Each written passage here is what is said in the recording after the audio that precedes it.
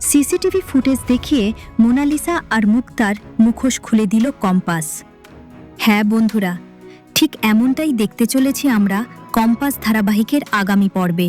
পর্বের শুরুতেই দেখা যাবে এক গভীর চক্রান্ত।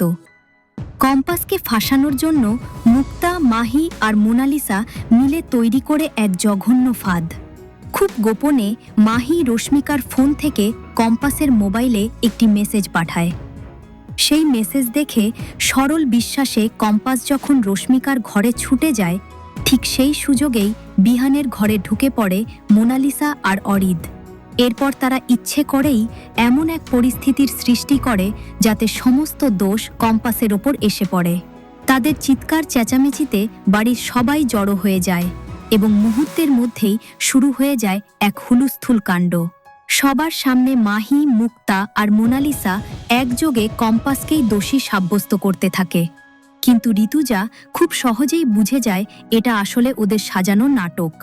সবাইকে অবাক করে দিয়ে ঋতুজা জানায় যে ওই ঘরে একটি গোপন মনিটরিং ক্যামেরা লাগানো আছে এবং ফুটেজ দেখলেই প্রমাণ হয়ে যাবে কে সত্যি বলছে আর কে মিথ্যে। এরপর কম্পাস তার মোবাইল ফোনটি সেই সিসিটিভি ক্যামেরার সঙ্গে কানেক্ট করে এবং সবার সামনে ফুটেজটি চালু করে দেয়। এক এক করে ফুটেজে ধরা পড়ে সব ষড়যন্ত্রের প্রমাণ।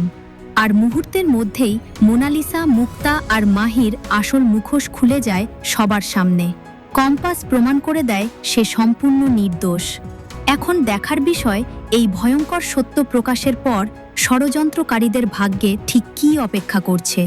তো বন্ধুরা, তোমরা কি এটাই চাও যে কম্পাস সবার মুখোশ খুলে দিক? কমেন্ট করে জানিয়ে দাও তোমাদের মতামত।